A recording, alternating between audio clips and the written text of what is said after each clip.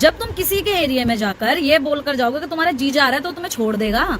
और जितने भी हमारे हिंदू सनातनी है ना, सारे वेंटिलेटर पे लेटे हुए, सांसों के लिए एक एक कड़ियां गिन रहे, हाय हमें सांस नहीं आ रही, हाय हमें सांस नहीं आ रही। मुझे तो ये समझ में नहीं आता। आज के वक्त में कौन नहीं जानता कि भारत के नूह में कितना आतंक मचा हुआ है। मोनू मानेसर जैसे आतंकवादियों ने मस्जिद के इमाम जो कि सिर्फ 19 साल के थे उनका मर्डर कर दिया। लेकिन अब हमारी एक बहन पूजा शर्मा का वीडियो सोशल मीडिया पे बहुत ज्यादा वायरल हुआ है, जिसमें उन्होंने इन सब का पर्दाफाश कर ही डाला। जी हाँ, अस्सलाम वालेकुम दोस्तों, कैसे हैं आप सब? उम्मीद करता हूँ आप सब ठीक ठाक होंगे। मेरा नाम है मोहम्मद इब्राहिम फ्रॉम पाकिस्तान। और आज के वक्त में मतलब भारत के नूह में कितना आतंक मचा हुआ है हिंदू मुस्लिम को लेकर। मतलब हजारों लोग अपने घर बार को छोड़कर मतलब जा ही जा रहे हैं पर्पसलेसली, उन्हें पता ही नहीं है कि वो कहाँ जाएंगे। सारे मामले को मद्देनजर रखते हुए हमारी एक बहन पूजा शर्मा, उनका वीडियो जो सोशल मीडिया पे बहुत ज्यादा वायरल हो रहा है, कि जिसमें उन्होंने इस सारे मामले की हकीकत बताई और एक्सप्लेन किया कि क्या वाकई में भारत में मुसलमानों की बढ़ती हुई आबादी जो है वो हिंदुओं के लिए खतरा है या नहीं है।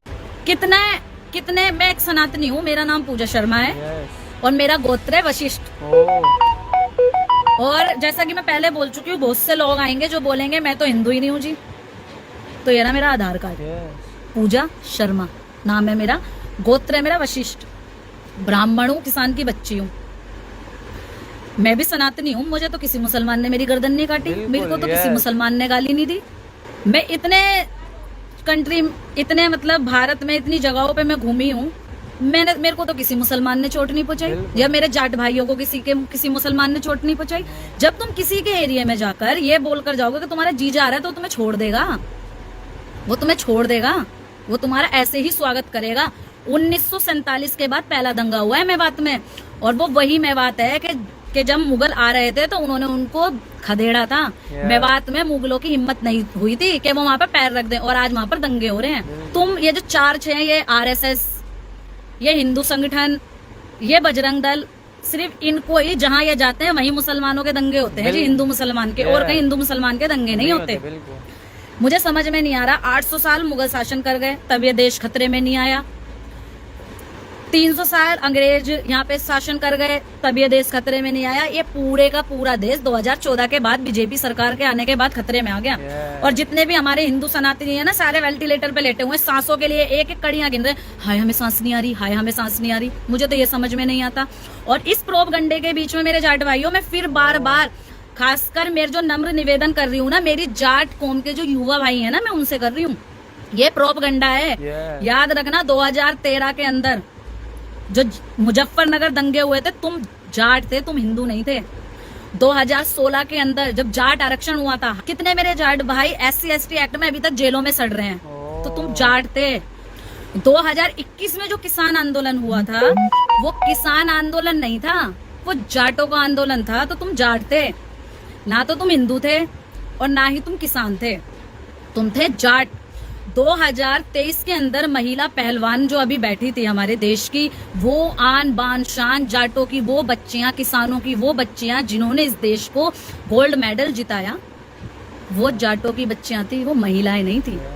इनके पिछवाड़े में इतना गुदा नहीं है कि ये लड़ाई को लड़ सके, इसलिए ये हाथ जोड़कर जाट भाई हमारी मदद करें। #जाट और #जाट, ये अपना प्रोपगंडा खेल रहे हैं। इन्हें पता है कि जहाँ एक जाट कूदा वहां पूरी कौम कूद जाएगी अपनी इज्जत को बचाने के लिए। जाट एक मार्शल कौम है, महापुरुषों की कौम है, जिन्होंने इस देश की आजादी, भारत देश की आजादी जाटों के खून से लिखी गई है, वो है जाट। इस देश को 99% अगर मेडल जिताए हैं, देश का नाम रोशन करा है, वो है जाट। बॉर्डरों पे जाट, इस देश की सबसे पुरानी आर्मी जाट रेजिमेंट, वो है जाट। तो तुम मेरे देश को आगे बढ़ाने के लिए हो, तुम मेरे देश की रक्षा करने के लिए हो, तुम्हारा काम हिंदू मुस्लिम के झगड़े में पड़ने का नहीं है। मैं पूछती हूँ, कितने बीजेपी के नेताओं के बच्चे ऐसे झगड़ों में आते हैं? और सुनिए, ये जितने बजरंग दल हैं, ये जितने हिंदू संगठन है, जितने RSS वाले हैं, इन सबको आती है फंडिंग बीजेपी सरकार से। तो इनका तो काम है जी, हिंदू खतरे में डालो और वोट बैंक बढ़ाओ, हिंदू खतरे में डालो और राजनीति खेल जाओ, हिंदू खतरे में डालो और प्रधानमंत्री बन जाओ। जाटो, तुम्हारा काम है दूध दही खाना और इस देश को मेडल जिताना। दूध दही खाना, बॉर्डरों पे खड़े होकर इस देश की बाहर के दुश्मनों से रक्षा करना। तुम्हारा कौम देश के अंदर ये हिंदू मुसलमानों के प्रोपगंडा 2024 के चुनाव में मोदी को जिताने का काम नहीं है मेरे देश का। मेरे देश के जाट का इस देश को आगे बढ़ाने का काम है।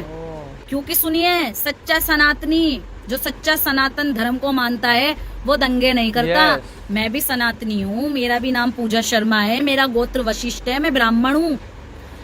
मेरे तो घर से कोई दंगा करने नहीं जाता, मेरे मोहल्ले से कोई दंगा करने नहीं जाता, कोई मुसलमान मेरे मोहल्ले में आके हमसे दंगा नहीं करता। यस यार, मतलब देखो, अगर चाहे मैं पाकिस्तान से हूँ लेकिन फिर भी एज अ मुस्लिम और एज अ इंसान, मतलब दुनिया में जहाँ भी जुल्म हो रहा हो ना, मतलब हमें उसके खिलाफ बोलना चाहिए। और एज अ इंसान भी जब देखता हूँ तो मतलब सच में बहुत बुरा लगता है कि मतलब इस वक्त नूह में कितना मतलब आतंक मचा हुआ है, और जस्ट जो है कुछ आतंकवादियों की वजह से इतनी बदअमनी फैली हुई है। और बहुत ही अच्छा रिप्लाई दिया हमारी बहन पूजा शर्मा ने कि मतलब अगर वाकई में हिंदुओं को जो है मुसलमानों से खतरा होता तो मतलब आज तक मुझे तो किसी ने नुकसान नहीं पहुंचाया, क्योंकि मतलब जब कोई बंदा असल में सच में मुसलमान होता है ना, तो वो कभी भी बिला वजह जो है किसी को नुकसान पहुंचा ही नहीं सकता। खैर, अब भी पूजा शर्मा जी की तरह भारत में हजारों ऐसे लोग मौजूद है जो सच का साथ देते हैं और इस नाइंसाफी के खिलाफ आवाज भी उठाते हैं। सो अल्लाह ताला से दुआ करता हूँ कि वही हो कि जिसमें सबकी भलाई हो, क्योंकि मतलब एज अ मुसलमान जब देखता हूँ ना कि मतलब हमसाया मुल्क में मतलब इतनी बदअमनी, तो सच में यार बहुत बुरा लगता है। खैर, इस वाक़े के बारे में आपकी क्या राय है? अपनी कीमती राय का इज़हार कमेंट बॉक्स में जरूर कीजिएगा। मैं अभी चाहता हूँ आपसे इजाजत, आप अपना और अपने घर वालों का ढेर सारा ख्याल रखिएगा, सेफ रहिएगा। अभी के लिए अल्लाह हाफिज, मिलते हैं नेक्स्ट किसी इंटरेस्टिंग और इन्फॉर्मेटिव वीडियो में।